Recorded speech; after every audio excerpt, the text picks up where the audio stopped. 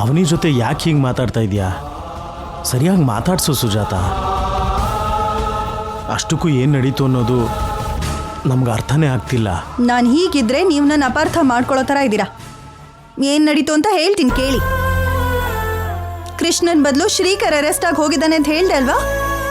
ಅದ್ರ ಹಿಂದೆ ತುಂಬ ದೊಡ್ಡ ಕಥೆನೇ ನಡೆದಿದೆ.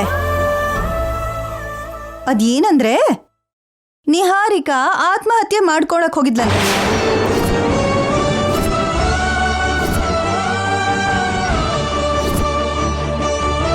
ಜಾತಕ ಹೊಂದಾಣಿಕೆ ಆಗಿರೋ ಸೊಸೆ ಸಾಯಬಾರ್ದು ಅಂತ ವೇದವತಿ ಪ್ರಸಾದ್ ರಾವ್ ಅವರು ಶ್ರೀಕರಿಗೆ ಫೋನ್ ಮಾಡಿ ಆಕ್ಸಿಡೆಂಟ್ ಮಾಡಿದ್ದು ತಾನೇ ಅಂತ ಒಪ್ಕೊಂಡು ಅರೆಸ್ಟ್ ಆಗು ಅಂತ ಹೇಳಿದ್ರಂತೆ.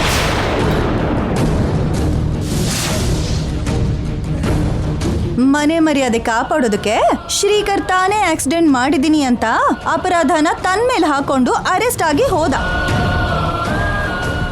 ತಪ್ಪು ಮಾಡಿರೋ ಆ ಕೃಷ್ಣನ್ಗೆ ಶಿಕ್ಷೆ ಆಗ್ಬೇಕಾ ಬೇಡ್ವಾ? ಆಗ್ಬೇಕು.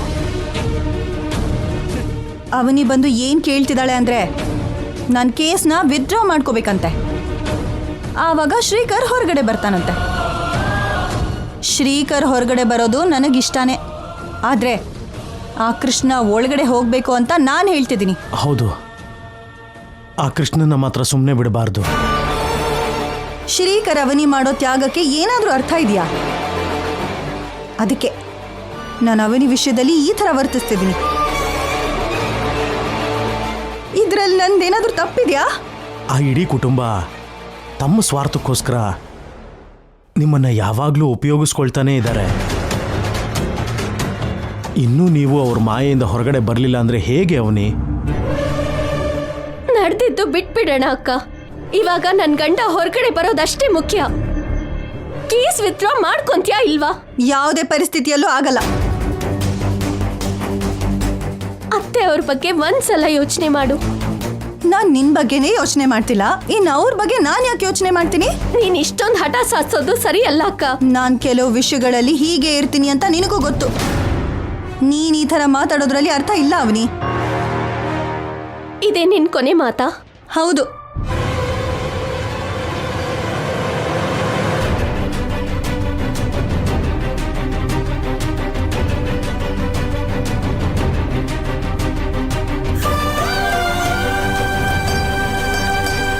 ಇವಾಗ ನಾವು ಹೋಗಿ SI ಅವರೇ, ಆಕ್ಸಿಡೆಂಟ್ ಮಾಡಿದ್ದು ಕೃಷ್ಣ ಅಲ್ಲ ಶ್ರೀಕರೇ, ನಮ್ದೇ ತಪ್ಪಾಯ್ತು ಅಂತ ನೀವು ನಾನು ಒಪ್ಕೋಬೇಕು.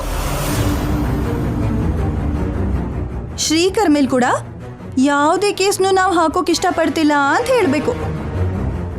ಆವಾಗ ಕೃಷ್ಣ ಇದಾನಲ್ಲ, ಕಾಲರ್ ಹಾರಿಸ್ತಾ ಆರಾಮಾಗಿ ತಿರುಗ್ತಾನೇ ಇರ್ತಾನೆ. ಅದು ಕರೆಕ್ಟಾ ಹೇಳಿ? ಈ ಸಲ ಮಾತ್ರ ಅವನನ್ನ ನಿಹಾರಿಕನ ಬಿಡಲ್ಲ. ಎಲ್ಲಿಗೆ ಹೋಗ್ತಿದ್ಯಾ ಅವನಿ? ನಾನು ಮನೆ ಬಿಟ್ಟು ಹೋಗ್ತಾ ಇದ್ದೀನಿ ಬಾಬಾ.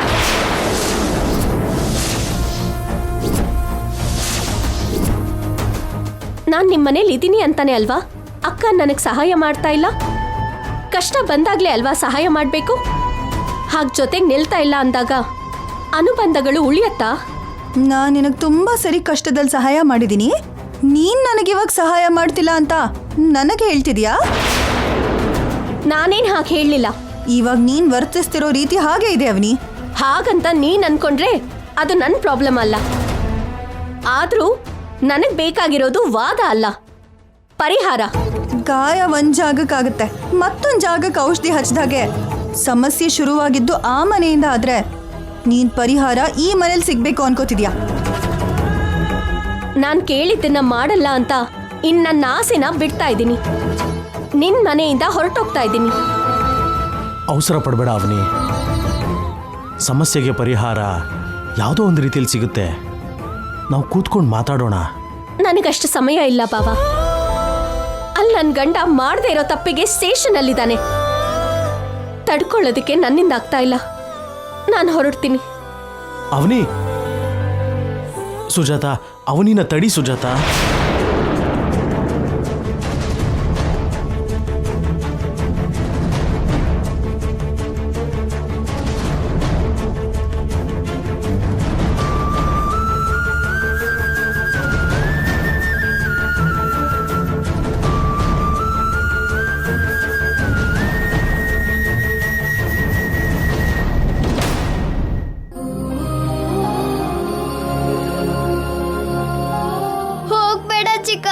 ನಿಮ್ಮಮ್ಮ ಅಷ್ಟೊಂದು ಹಠ ಸಾಧಿಸ್ಬೇಕಾದ್ರೆ ನಾನ್ ಯಾಕೆ ನಿಮ್ಮನೇಲಿರ್ಬೇಕು? ಇದು ನಮ್ಮನೆ ಅಲ್ಲ ಚಿಕ್ಕಮ್ಮ, ನಿಮ್ಮನೆ.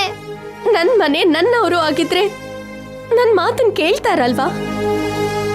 ಅದಕ್ಕೆ ಹೊರಟೋಗ್ತಾ ಇದ್ದೀನಿ. ಎಲ್ಲಿಗೆ ಹೋಗ್ತೀಯಾ? ಆ ಕಡೆ ಅತ್ತೆ ಮನೆಗೂ ಹೋಗಕ್ಕಾಗಲ್ಲ, ಇಲ್ಲಿ ಈ ಮನೇಲೂ ಇರಕ್ಕಾಗಲ್ಲ. ಯಾವುದೋ ಒಂದ್ ಕಡೆ ಹೋಗ್ತೀನಿ. ಇವಾಗ ನಿನಗೋಸ್ಕರ ನನ್ನ ಹಠನ್ ನಾನು ಬಿಟ್ಟೆ ಅಂದರೆ ಆ ಕೃಷ್ಣನಿಗೆ ಶಿಕ್ಷೆ ಆಗಲ್ಲ. ಅವನನ್ನು ಬಿಡಬಾರ್ದು. ನನ್ನಿಂದ ನಿನಗೆ ಒಳ್ಳೇದೇ ಆಗತ್ತೆ ಹೊರತು ಕೆಟ್ಟದಾಗಲ್ಲ. ಅವನಿ, ಅರ್ಥ ಮಾಡ್ಕೊ. ನನ್ನ ತಡಿಬೇಡ ಸೌಮ್ಯ. ನೀನ್ ಹೋಗೋದಕ್ ನಾನ್ ಬಿಡಲ್ಲ ಚಿಕ್ಕಮ್ಮ. ನೀವು ಅಕ್ಕ ತಂಗಿ ಮಧ್ಯೆ ದೂರ ಆಗೋದು ಅಂದರೆ ಆಕಾಶ ಪೂರ್ವ ಪಶ್ಚಿಮಕ್ಕೆ ಬೇರೆ ಆಗೋದಕ್ಕೆ ಸಮಾನ. ಬೇಡ ಅವನಿ, ನೀವಿಬ್ರು ಹೀಗಿರೋದನ್ನ ನಮಗೆ ನೋಡೋಕ್ಕಾಗಲ್ಲ, ಸಹಿಸ್ಕೊಳಕ್ಕಾಗಲ್ಲ. ಪ್ಲೀಸ್ ನೀನು ಹೊರಗಡೆ ಹೋಗಬೇಡ. ನೀನ್ ಹೀಗೆ ಅಡ್ಡ ಮಾಡಿ ನಾನು ಹೋಗೋದನ್ನ ಹೀಗೆಲ್ಲ ತಡಿಬೇಡ ಸೌಮ್ಯ. ನನ್ನ ಬಿಟ್ಬಿಡು. ಬೇಡ ಚಿಕ್ಕಮ್ಮ, ನೀನ್ ಹೋದ್ರೆ ನನ್ ಮೇಲೆ ಆಣೆ.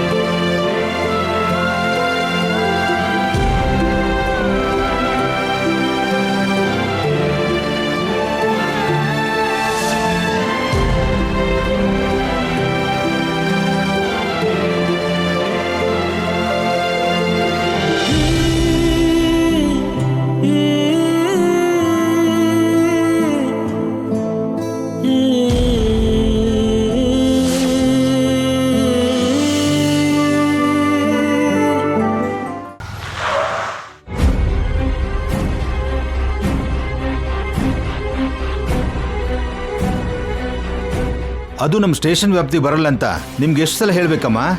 ನೀವು ಚಿಕ್ಕಪೇಟೆ ಸ್ಟೇಷನ್ಗೆ ಹೋಗಿ ಕಂಪ್ಲೇಂಟ್ ಕೊಡಿ, ಅವರು ನೋಡ್ಕೋತಾರೆ. Hello sir. ಕೂತ್ಕೊಳ್ಳಿ. ಪರವಾಗಿಲ್ಲ ಸರ್. ಹೇಳಿ. ಶ್ರೀಕರ್ಗೆ ಬೇಲ್ ಟ್ರೈ ಮಾಡ್ತಾ ಇದ್ದೀವಿ.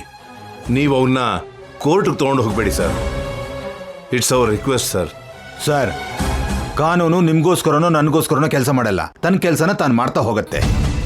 ಇವತ್ತು ಕೇಸ್ ಜಾಸ್ತಿ ಇರೋದಕ್ಕೆ ನಿಮ್ಮ ಮಗನ ನಂಬರ್ ಬಂದಿಲ್ಲ, ಇಲ್ಲಂದಿದ್ರೆ ಕರ್ಕೊಂಡು ಹೋಗಬೇಕಾಗಿತ್ತು. ನಾಳೆ ಅಂತೂ ಯಾವುದೇ ಪರಿಸ್ಥಿತಿಲೂ ಕೋರ್ಟ್ಗೆ ಹಾಜರು ಮಾಡಲೇಬೇಕು. ನೀವು ಏನು ಮಾಡಬೇಕು ಅಂದ್ಕೊಂಡ್ರು ಇವತ್ತು ಮಾತ್ರನೇ. ಸರಿ ಸರ್, ನಮ್ಮ ಪ್ರಯತ್ನ ನಾವು ಮಾಡ್ತೀವಿ. ನಮ್ಮ ಮಗನ ನಾವು ನೋಡಬಹುದಾ? ಹೋಗಿ. Thank you sir. It's okay. Venkatesha sir, ಆ ರಿಯಲ್ ಎಸ್ಟೇಟ್ ಕೇಸ್ ಏನಾಯ್ತು? ಅವರಿನ್ನೂ ಪರೋಲಲ್ಲೇ ಇದ್ದಾರೆ ಸರ್.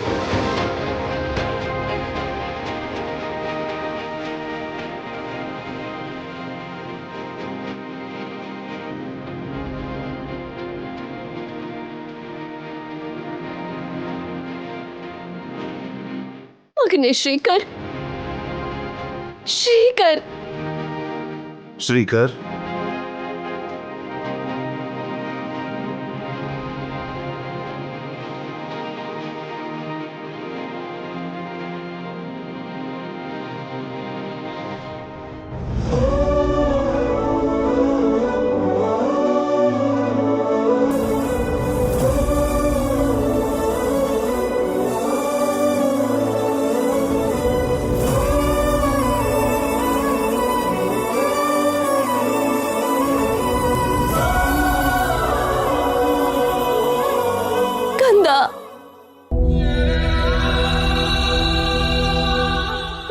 ನಮಗೋಸ್ಕರ ತಂದೆ ತಾಯಿ ತ್ಯಾಗ ಮಾಡ್ತಾರೆ.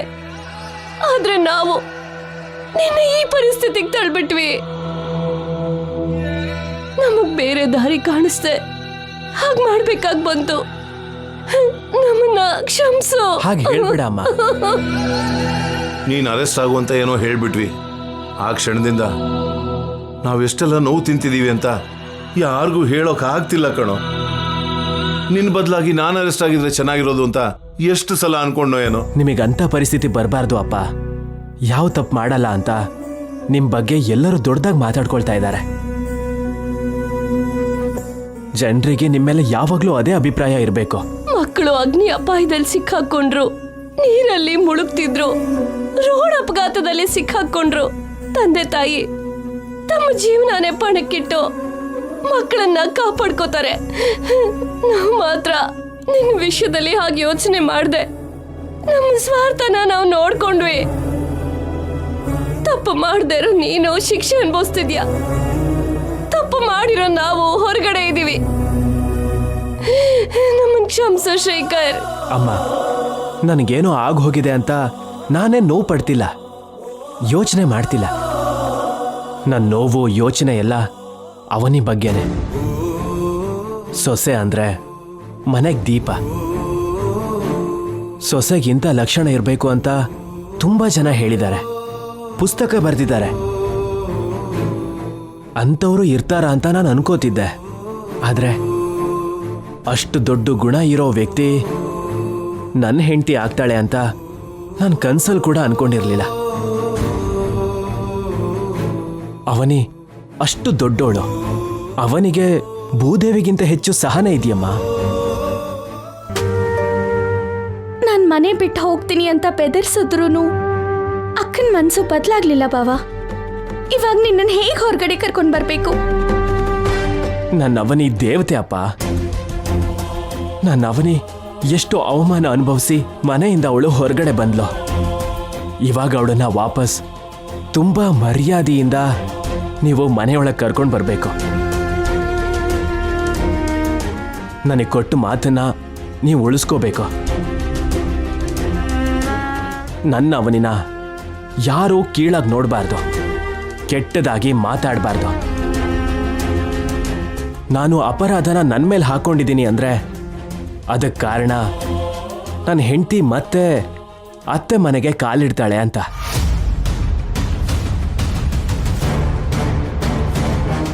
ಮೊದಲು ನೀವು ಆ ಕೆಲಸ ಮಾಡಿ. ನನ್ನ ಬಗ್ಗೆ ಯೋಚನೆ ಮಾಡಬೇಡಿ. ಅವನಿಗೆ ಅನ್ಯಾಯ ಆಗಬಾರ್ದು. ನಾನು ಹೊರಗಡೆ ಬರೋದು 4 ದಿನ ಹೆಚ್ಚು ಕಮ್ಮಿ ತಡ ಆದರೂ ಪರವಾಗಿಲ್ಲ. ಅವನಿ ನಮ್ಮನೆಗೆ ಬರೋದಕ್ಕೆ ಮಾತ್ರ ತಡ ಆಗಬಾರ್ದು. ನಾವು ಕೊಟ್ಟಿರೋ ಮಾತನ್ನ ತಪ್ಪದಿಲ್ಲ ಶೇಖರ್. ನಿನ್ನ ಹೊರಗಡೆ ಕರ್ಕೊಂಡ್ ಬರ್ತೀವಿ. ನಿನ್ನ ಅವನಿನ ಮನೆಗೆ ಕರ್ಕೊಂಡು ಹೋಗ್ತೀವಿ. ಇದೆಲ್ಲ ನಡಿಬೇಕು ಅಂದ್ರೆ ಸುಜಾತ ಕೇಸ್ ವಿತ್ಡ್ರಾ ಮಾಡ್ಕೋಬೇಕು ಅಂತ ಲಾಯರ್ ಅವ್ರು ಹೇಳ್ತಿದ್ದಾರೆ. ಸುಜಾತ ಕಾಲ್ಗಾದ್ರೂ ಬಿದ್ದು ಬೇಡ್ಕೊಂಡಾದ್ರೂ ಸರಿ ನಿನ್ನ ಈ ಕೇಸಿಂದ ಪಾರ್ ಮಾಡ್ತೀವಿ. ಏನ್ರಿ, ಸುಜಾತ ಹತ್ರ ಹೋಗೋಣ ಬನ್ನಿ. ಬರ್ತೀವಪ್ಪ.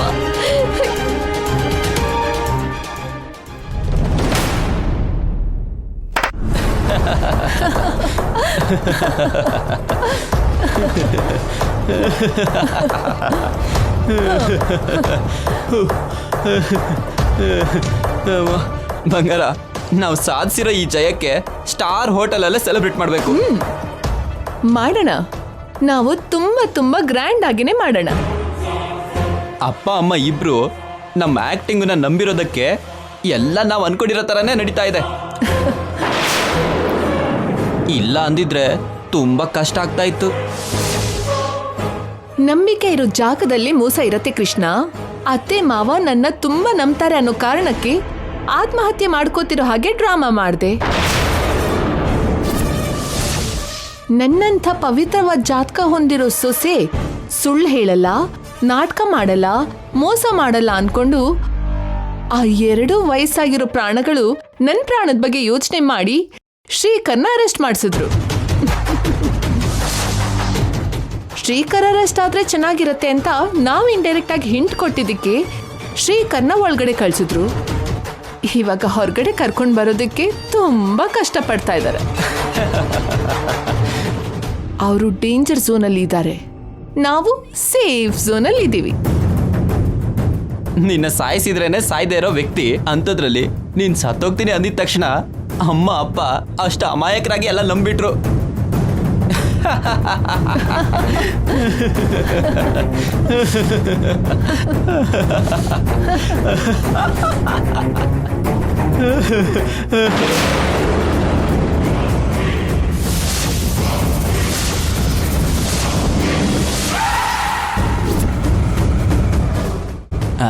ಶ್ರೀಕರ್ನ ಬಿಡಿಸೋದಕ್ಕೆ ತುಂಬ ಕಷ್ಟಪಡ್ತಾ ಇದೆಯಾ ಅನ್ಸುತ್ತೆ ಪಾಪ. ನನಗೂ ತುಂಬ ಬೇಜಾರಾಗ್ತಾ ಇದೆ ಅವನಿ, ಆದರೂ ಏನು ಮಾಡೋಕ್ಕಾಗುತ್ತೆ.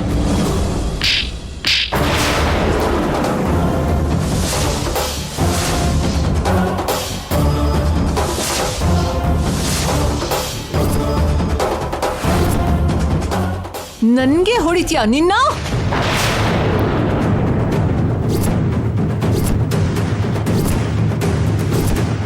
ಕೈ ಮುರಿದು ಕಸದ ತೊಟ್ಟಿಗೆ ಬಿಸಾಕ್ತೀನಿ. ಏನಕ್ಕೆ ಹೊಡೆದೆ?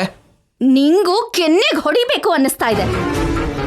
ನನಗಿಂತ ದೊಡ್ಡವನು ನನ್ನ ಅತ್ತೆ ಮಗ ಅಂತ ಸುಮ್ಮನೆ ಇದ್ದೀನಿ.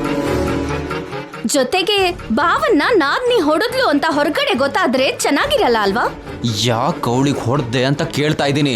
ನಿಮ್ಮ ಆತ್ಮಹತ್ಯೆ ಡ್ರಾಮಾ ಬಗ್ಗೆ ಪೂರ್ತಿ ಕೇಳಿಸ್ಕೊಂಡೆ. ಒಳ್ಳೆತನ, ಮಾನವೀಯತೆ, ನೀತಿ, ಪ್ರಾಮಾಣಿಕತೆ ಸ್ವಲ್ಪನೂ ಇಲ್ವಾ ನಿಮ್ಗೆ? ಇಷ್ಟು ಕೆಟ್ಟ ಕೆಲಸ ಮಾಡೋದಕ್ಕೆ ಮನ್ಸಾದ್ರೂ ಹೇಗ್ ಬರುತ್ತೆ ನಿಮ್ಗೆ? ಇವಳಿಗೆ ಅಂದ್ರೆ ಬಂಧುಗಳ ಜೊತೆ, ರಕ್ತ ಸಂಬಂಧಗಳ ಜೊತೆ ಅವಶ್ಯಕತೆ ಇಲ್ಲ. ನಿನ್ ಬುದ್ಧಿಗೆ ಏನಾಗಿದೆ ಬಾವಾ? ನೀನು ವೇದವತಿ ಅತ್ತೆ ಮನೆಗೆ ಬಂದಿರ್ಲಿಲ್ಲ ಅಂದಿದ್ರೆ ನಿನ್ ಸ್ಥಾನ ಏನಿರ್ತಿತ್ತು, ಬದುಕೇನಾಗ್ತಿತ್ತು? ಇವಳು ಮಾಡೋ ತಪ್ಪುಗಳನ್ನ ನೀನ್ ಮಾಡೋ ತಪ್ಪುಗಳನ್ನ ಇವಳು ಸಮರ್ಥಿಸ್ಕೊಳ್ತಾ ಇದ್ದೀರಾ. ಮನುಷ್ಯರೇನಾ ನೀವು? ಸ್ವಂತ ತಮ್ಮಂಗೆ ಅಷ್ಟು ಕಷ್ಟ ಕೊಡ್ಬೇಕು ಅಂತ ನಿಂಗೆ ಹೇಗನ್ಸತ್ತೆ? ಇಷ್ಟು ದಿನಾನು ನೀವು ಬದಲಾಗ್ತೀರಾ ಅಂತ ಆಸೆ ಪಡ್ತಾ ಇದ್ದೆ. ಇನ್ಮುಂದೆ ನಿಮ್ ಬಗ್ಗೆ ಯೋಚನೆ ಮಾಡೋ ಅವಶ್ಯಕತೆನೇ ಇಲ್ಲ. ಈಗ್ಲೇ ಹೋಗಿ ನೀವ್ ಆಡಿರೋ ನಾಟಕದ ಬಗ್ಗೆ ಅತ್ತೆ ಮಾವನ ಹತ್ರ ಹೇಳ್ಬಿಡ್ತೀನಿ. ನೀನ್ ಹೇಳ್ತೀಯಾ, ಆದ್ರೆ ಅವ್ರು ನಂಬೇಕಲ್ವಾ?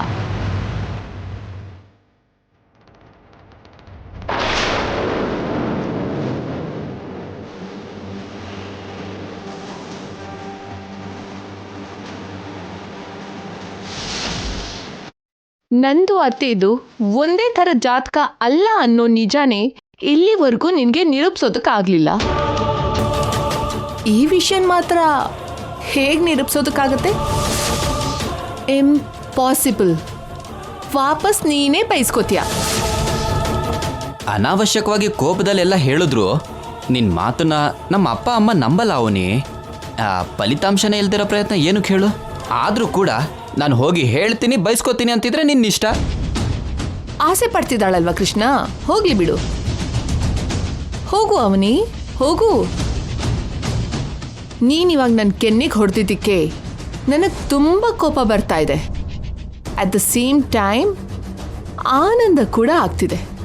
ಯಾಕೆ ಗೊತ್ತಾ? ನೀನು ಆ ರೇಂಜಲ್ಲಿ ನೋವು ಪಡ್ತಾ ಇದೆಯಾ ಅಂತ. ಅವನಿ, ಈ ಎರಡು ವಿಷಯ ನಿಜವಾಗ್ಲೂ ನಡೆಯಲ್ಲ. ಮೊದಲನೇದು, ಈ ಕೇಸಿಂದ ಶ್ರೀಕರ್ ಹೊರಗಡೆ ಬರಲ್ಲ. ಎರಡನೇದು, ನೀನು ನಮ್ಮ ಮನೆಗೆ ಕಾಲಿಡೋದಿಲ್ಲ. ಬೇಕಿದ್ರೆ ಬರ್ದಿಡ್ಕೋ. ಏನ್ ಬೇಕು ಬಾವ ನಿಂಗೆ? ಸಂಪತ್ತ? ಅಷ್ಟಕ್ಕೂ ಸಂಪತ್ತು ಅಂದ್ರೆ ಏನ್ ಬಾವ? ದುಡ್ಡು, ಬಂಗಾರ, ಆಸ್ತಿ ಅಲ್ಲ ಬಾವ. ಮನುಷ್ಯ ಮನಸ್ಸನ್ನ ಗೆಲ್ಲೋದು, ಅದು ನಿಜವಾದ ಸಂಪತ್ತು ಅಂದ್ರೆ. ಬಂಧಗಳನ್ನ ಭದ್ರವಾಗಿ ಕಾಪಾಡ್ಕೊಳ್ಳೋದು ನಿಜವಾದ ಸಂಪತ್ತು. ಪ್ರಪಂಚದಲ್ಲಿ ಬೆಲೆ ಕಟ್ಟಕ್ಕಾಗದೇ ಇರೋ ಸಂಪತ್ತುಗಳು ಎರಡೇ ಎರಡು. ಒಂದು ಮನಃಶಾಂತಿ, ಇನ್ನೊಂದು ಸಂತೃಪ್ತಿ. ಪಶುವಿಗೆ ತಿಂದಿದ್ದು ತೃಪ್ತಿ, ಮನುಷ್ಯಂಗೆ ಇರೋದ್ರಲ್ಲೇ ತೃಪ್ತಿ. ಗಂಗೆ ನದಿನಲ್ಲಿ ಎಷ್ಟೇ ನೀರಿದ್ರು ನಿನ್ ಕೈಯಲ್ಲಿ ನೀನ್ ಎಷ್ಟು ಹಿಡ್ಕೊಂತೀಯೋ ಅಷ್ಟೇ ನಿಂದು. ತಟ್ಟೆನಲ್ಲಿ ಊಟ ಎಷ್ಟೇ ಇದ್ರು ನಿನ್ ಹೊಟ್ಟೆ ತುಂಬೋ ಅಷ್ಟು ಮಾತ್ರ ನಿಂದು. ಭೂಮಿ ಎಷ್ಟೇ ಇದ್ರೂ ನೀನ್ ನಿಂತಿರೋ ಸ್ಥಳ ಮಾತ್ರನೇ ನಿಂದು. ಸಿಗದೆ ಇರೋದಕ್ಕೋಸ್ಕರ ಆಸೆ ಪಡ್ಬೇಡಿ. ಜೀವನ ಸತ್ಯನ ಅರ್ಥ ಮಾಡ್ಕೊಳ್ಳಿ.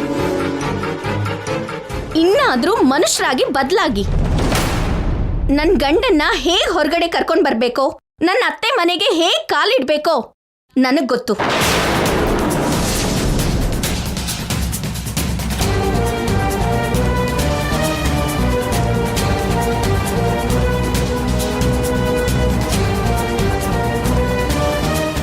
ದಿಕ್ತೋಚದ ಸ್ಥಿತಿಯಲ್ಲಿರೋ ಮನುಷ್ಯನ ಮನಸ್ಸಿಂದ ಹೊರಗಡೆ ಬರೋದು ಇಂಥ ವೇದಾಂತಗಳೇ. ಫುಲ್ ಬಾಟ್ಲು ಹೊಡೆದ್ರೆ ಇದಕ್ಕಿಂತ ಜಾಸ್ತಿ ಹೇಳ್ತೀನಿ. ಅಂತ ಪ್ರವಚನಗಳಿಗೆ ನಾವು ಬದಲಾಗ್ತೀವಿ ಅಂತ ಅನ್ಕೊಂಡಿದ್ದಾಳೆ ಪಾಪ.